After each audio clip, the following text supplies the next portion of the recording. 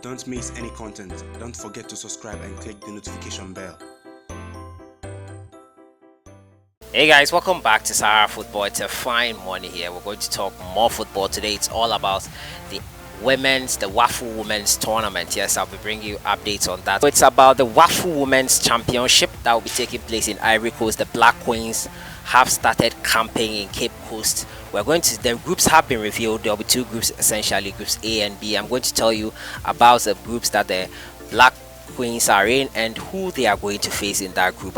We'll also hear about Jordan Ayew, who had a training session with the under-23 side. He's not been getting regular playing time with the first team. And we are going to hear from the sports minister, who says he wants to cancel bonuses and allowances that are given to the under-17 side. He wants them to understand that you have to die for your country at such a young age. They don't need that much money. They need to understand the concept of dying for your country and play for your country at a young age, so that when they grow up, they are not used to this tradition of players boycotting games or boycotting matches or refusing to play because of bonuses not paid them. As usual, if you are new to the channel, I'll advise you to subscribe to this channel and to click on the notification bell to get more updates. So let me just jump right into it. I'll start off with the Black Queens. Yeah, the Black Queens, we all know, are preparing in earnest for the Wafu Women's Championship that will be taking place in Ivory Coast. It will start next month, May 8th to be exact, and the Black Queens have started camping in Cape Coast with Coach Mercy Tego. She's still the interim coach, Mercy Tego. Black Queens now know their group. So the story says here, Ghana Black Queens have been drawn in Group A for the Wafu Women's Cup of Nations. Now the Black Queens find themselves in the same group with Cote d'Ivoire, Togo and Senegal. Group B has reigning champions, African champions Nigeria, Burkina Faso, Niger and Mali. Now the Queens will open their campaign against Senegal on May 8th. Coach Mercy Tego and her side will be heading into the campaign to defend the title won 2 years ago.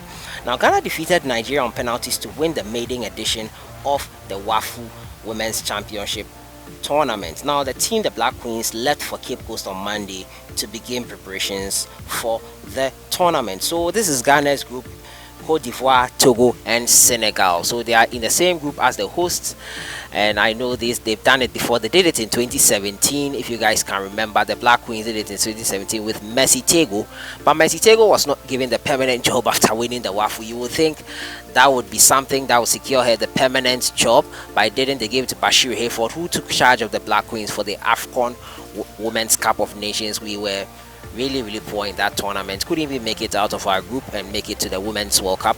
So it was a poor tournament. AFCON Women's Cup of Nations, Bashir Hayford was in charge. Before, Mercy Tego once again has been given the job on a temporary basis, I have to add.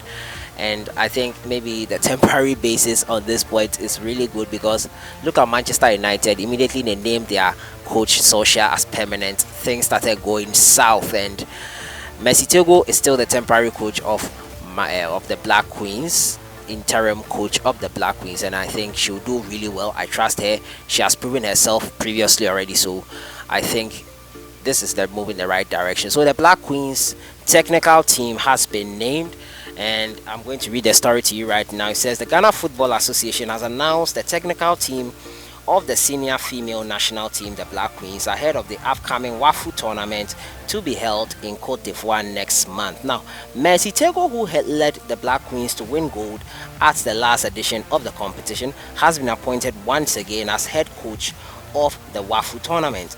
Ampem Dakwa coach Nana Joe Adakwas will assist Mercy Tego with Raymond Fenny as goalkeeper trainer.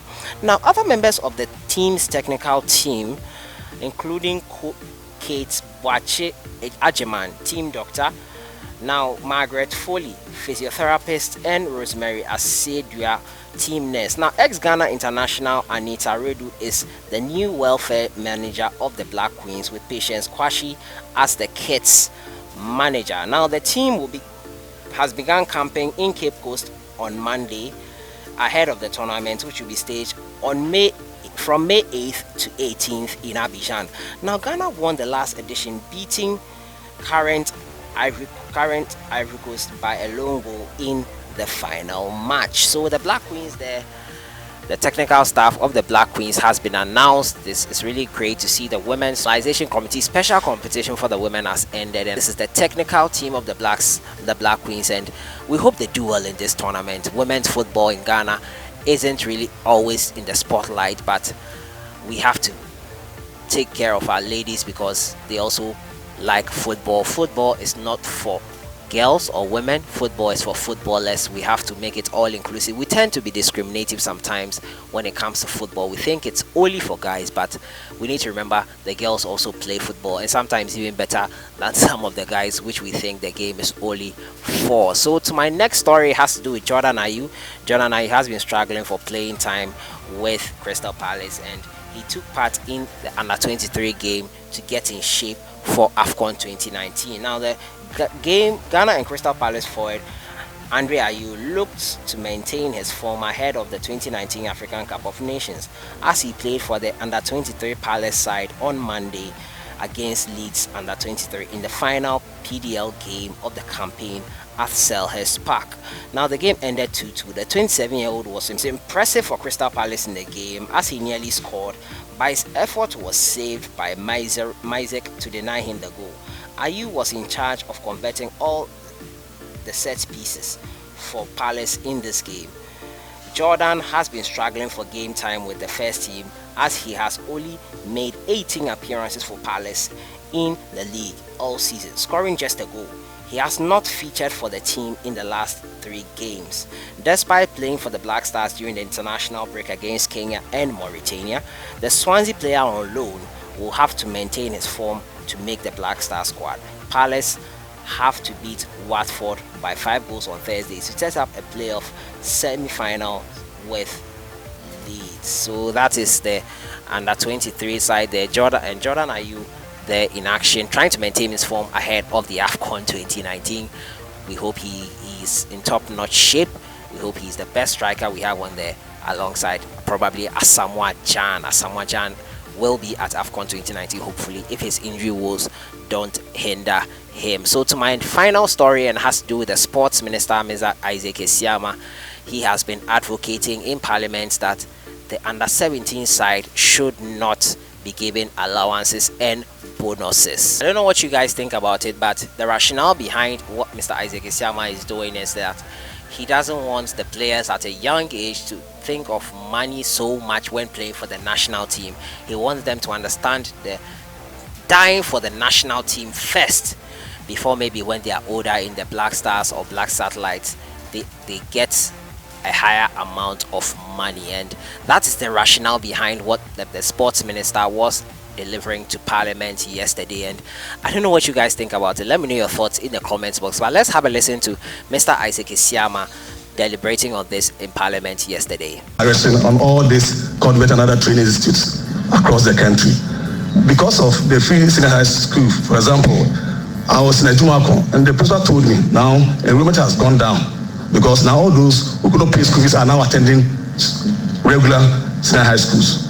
So because of that, enrollment has come down, and therefore there's a need for a new direction of these training institutes. And that is why we are going to put all them together, mainstream all these institutes. They are going to be under Ministry of Education. Playing football at the age of 17 want to be given allowances and bonuses, want to be paid. And that for me is not how to build a nation. Not at all. So these are the things we are doing. Let them know that die for your country. And that is the stage they are on now. And I'm happy, I'm proud of that project. So that spirit of volunteerism, nationalism is being pursued vigorously at the NYE. And I'm proud of them. Thank you. I'm simply asking, in the absence of money, in consideration, in the absence of money, what other motivation or motivational measures did we want to put in place so that we can carry along the under-17? First of all, we are engaged with the normalization committee on some of these arrangements. Below 17 years, at least some bursary support to them, scholarships and all those things we should be looking at as a country. So the decision will soon be made on the future of some of these arrangements of allowances, bonuses, payments and all those things to our junior national teams. So that's the decision that we take. But I will just start them as an example. But seriously, we need to look at all these arrangements so that we build, inculcate in them that spirit of volunteerism and nationalism. That's what I was saying. Yeah, so that was Isaac Isiama. Then he was there making his point as to why the under 17 side should not be paid so much money, bonuses and allowances at such a young age. He feels it's too much for them, and that is sort of like spoiling them. They have to understand the concept of dying for your country first when playing for the national team. The national team is not a place where you can amass your wealth. Most players make most of their wealth from club football and other endorsement deals and sponsorships and so on. So the club football, the national team football, is not a place to amass the wealth. That is the concept basically is taking around. Let me know your thoughts about everything in the comments box. So that has been it for today. Black Queens are preparing in earnest. We know they are group now. They are in Group A with Cote d'Ivoire, Senegal, and Togo. So that's it. And Jordan Ayew has been training with that under 23 side to get in shape ahead of AFCON 2019. And under 17, do they deserve more money, or is the sports minister right? Let me know your thoughts in the comments box. I'll see you guys in the next one. Enjoy your day.